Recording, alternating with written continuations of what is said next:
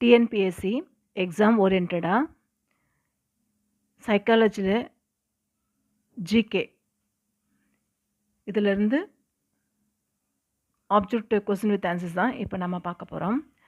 கேள்வி 1, என்சிடிஇ அப்படிங்கிறது என்ன? இந்த மாதிரி கொடுத்துட்டு இதோட அப்ரிவேஷன் என்னன்னு கேட்பாங்க. என்சிடிஇ அப்படிங்கிறது national council for teacher education. Option C தான் கரெக்டு. கேள்வி 2, ஒரு குறிப்பிட்ட வேலை கற்றது பின்னர் மற்றொரு வேலை கற்பதற்கு உதவியாக இருப்பது எவ்வாறு அழைக்கப்படுகிறது? இதுவும் எஜுகேஷன்லேருந்து உங்களுக்கு வரும். டிஆர்பி, டெட்டு இவங்களுக்கு எல்லாருக்குமே இது ரொம்ப யூஸ்ஃபுல்லாக இருக்கும்.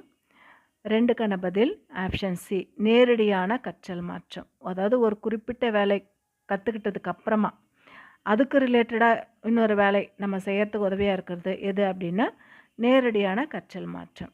அது மாறாது, ஏற்கனவே செஞ்ச வேலை மறுபடியும் நம்ம செய்ய போகிறோம், அவ்வளோதான்.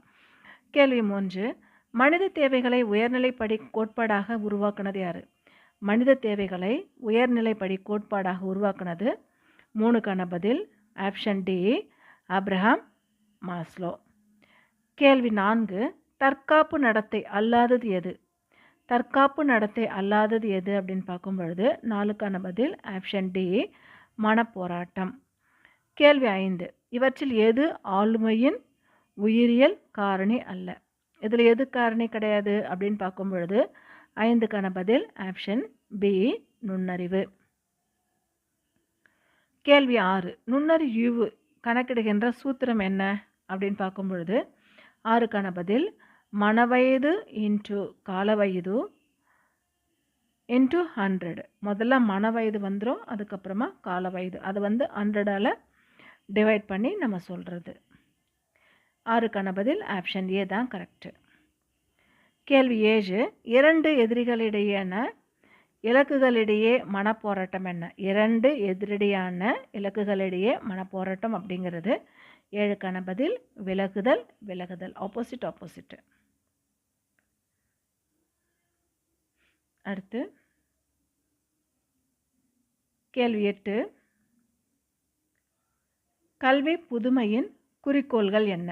கல்வி புதுமையுடைய குறிக்கோள்கள் அப்படிங்கிறது என்ன அப்படின்னு பார்க்கும் பொழுது ஆப்ஷன் ஏ தான் கரெக்டு. கற்றலின் மிகை மாற்றத்தை உருவாக்குது. இதுதான் எஜுகேஷனுடைய எய்மை. நம்ம படிக்கிறத இன்னும் பெட்டராக நம்ம பண்ணணும், அதுக்காக தான் நம்ம படிக்கிறோம். 9, எந்த ஆசிரமம் மனித ஒற்றுமையை உயர்வானது அப்படிங்கிறத பிரதிபலிக்குது அப்படின்னு பார்க்கும் பொழுது 9க்கான பதில் ஸ்ரீ அரவிந்தர் ஆசிரமம் தான் மனித ஒற்றுமையை உயர்வானது அப்படிங்கிறத பிரதிபலிக்குது. 9க்கான பதில் ஆப்ஷன் சி. கேள்வி 10, கல்வியில் ஆணுக்கு பெண் சமம் என்ற கருத்தை முதலில் பிரதிபலித்தவர் யார்? கல்வியில் ஆணுக்கு பெண் சமம் அப்படிங்கிற கருத்தை முதல்ல சொன்னது யார் அப்படின்னும் பொழுது 10க்கான பதில் ரூசோ. கேள்வி 11, இந்திய அரசியல் சட்ட அமைப்பின் முகப்புரையில் விவரிக்கப்பட்ட கோட்பாடுகளில் ஒன்று என்ன அப்படின்னா 11க்கான பதில் ஆப்ஷன் ஏ, சமத்துவம் தான் முகப்புரையில் சொல்லப்பட்டிருக்கிற கோட்பாடுகளில் ஒன்று. 11க்கான பதில் ஆப்ஷன் ஏ தான் கரெக்டு. கேள்வி 12, குழந்தை மைய கல்வியின் ஆசிரியருடைய பணி என்ன? குழந்தை மைய கல்வியில் ஆசிரியருடைய பணி என்ன அப்படின்னு பார்க்கும் பொழுது 12க்கான பதில் கற்றலுக்கு மாணவர்களை ஊக்கப்படுத்துறது, உகந்த சூழ்நிலை உருவாக்குறது, குழுவின் செயல்பாடு உறுப்பினராக இருக்கிறது, இது எல்லாமே. அப்போ 12க்கான பதில் ஆப்ஷன் டி, இவை அனைத்தும் தான் கரெக்டு. கேள்வி 13, மகிழ்ச்சியுடன் கற்றல் என்பது கீழ்கண்ட எந்த கற்பித்தல் வகை கோட்பாடுகளை அடிப்படையாக கொண்டது அப்படின்னும் பொழுது 13க்கான பதில் ஆப்ஷன் டி, அதாவது செயல்வழி கற்றலும் கரெக்டு தான், குழந்தை மைய கற்றலும் கரெக்டு தான், டி தான் கரெக்டான பதில். கேள்வி 14, த வில்லேஜ் காலேஜ் அப்படிங்கிற வெளிநாட்டின் அடிப்படையில் சமுதாய பள்ளியை முதல்ல நிறுவனது யார்? த வில்லேஜ் காலேஜ் அப்படிங்கிற பள்ளியை முதல்ல உருவாக்குனது யார் அப்படின்னும் பொழுது 14க்கான பதில் ஆப்ஷன் பி, ஹென்றி மோரிஸ் தான் உருவாக்கியிருக்காரு. கேள்வி 15, இந்தியாவில் 1961 வருடம் சைனிக் பள்ளிகள் அப்படிங்கிற பள்ளி அமைப்புகள் யாருடைய கருத்தில் உருவாகுது அப்படின்னா சைனிக் பள்ளிகள் உருவாக்குனது யார் அப்படின்னும் பொழுது வி.கே. கிருஷ்ணமேனன், டி தான் கரெக்டு. 15க்கான பதில் ஆப்ஷன் டி தான் கரெக்டு. சில நேரம் எந்த மாதிரியும் கேட்பாங்க. சைனி பன்னிகள் எந்த வருடம் உருவானது அப்படின்னு கேட்பாங்க. 1961ல் உருவாகுது. கேள்வி 16. 5 வயது முதல் 11 வயது வரையிலான குழந்தைகளுக்கு கல்வி தொலைக்காட்சி நிகழ்ச்சிகளை தயாரிக்கிற நிறுவனம் எது அப்படின்னு பார்க்கும் பொழுது 16க்கான பதில் புதிய கல்வி நுட்பவியல் நிறுவனம். எங்கே இருக்குது அது அப்படின்னும் பொழுது நியூ டெல்லியில் இருக்குது. கேள்வி 17.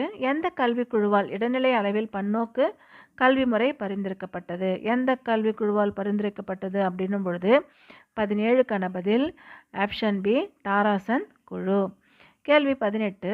அரசியலமைப்பு சட்ட திருத்தத்தின்படி டேஷ் ஆண்டு கல்வி இணைக்கப்பட்டியலில் சேர்க்குறாங்க. எந்த வருடம் சேர்க்குறாங்க அப்படின்னா 18க்கான பதில் ஆப்ஷன் சி 1976ல் சேர்க்குறாங்க. கேள்வி 19. 14 வயதுக்குட்பட்ட எந்த குழந்தையும் பணியில் அமர்த்தக்கூடாது அப்படின்னு இந்திய அரசியல் சாசனம் எந்த பிரிவில் சொல்லியிருக்கு அப்படின்னும் பொழுது 19க்கான பதில் ஆப்ஷன் ஏ ஆர்டிகல் 23ல் சொல்லியிருக்காது. ஏ தான் கரெக்டு. கேள்வி 20. என்சிஆர்டி 1979 வருஷம் வெளியிட்ட கல்வியில் சமூக ஒழுக்கம் மற்றும் ஆன்மீக விழுமங்கள் என்ற பதிப்பில் டேஷ் விழுமங்கள் கல்வியின் மூலமாக போதிக்கப்படலாம் அப்படின்னு சொல்லியிருக்காங்க. எந்த விழுமங்கள் போதிக்கப்படலாம் அப்படின்னு சொல்லியிருக்காங்க? 20க்கான பதில் ஆப்ஷன் பி 84. கேள்வி 21. மனித சக்தி திட்டமிடல் டேஷ் வகை செயல்பாட்டினால் அதிக தாக்கத்திற்குள்ளாகுது.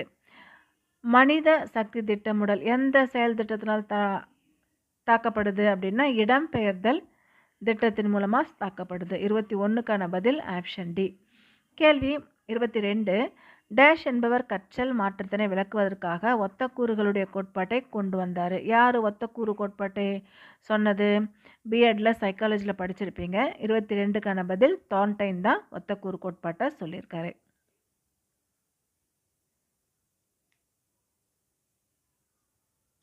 கேள்வி 23. புலன் உணர்வு தகவல்களுக்கு விளக்கம் தருதல டேஷ் மேம்பட்ட அறிதலுக்காக உட்படுகிறது. எது அறிதலுக்காக உட்படுது? 23க்கான பதில் ஆப்ஷன் பி புலன்காட்சி. கேள்வி 24. சிக்கல் தீர்க்கிற திறன் வயது சார்ந்து வளர்ச்சி அடையும்.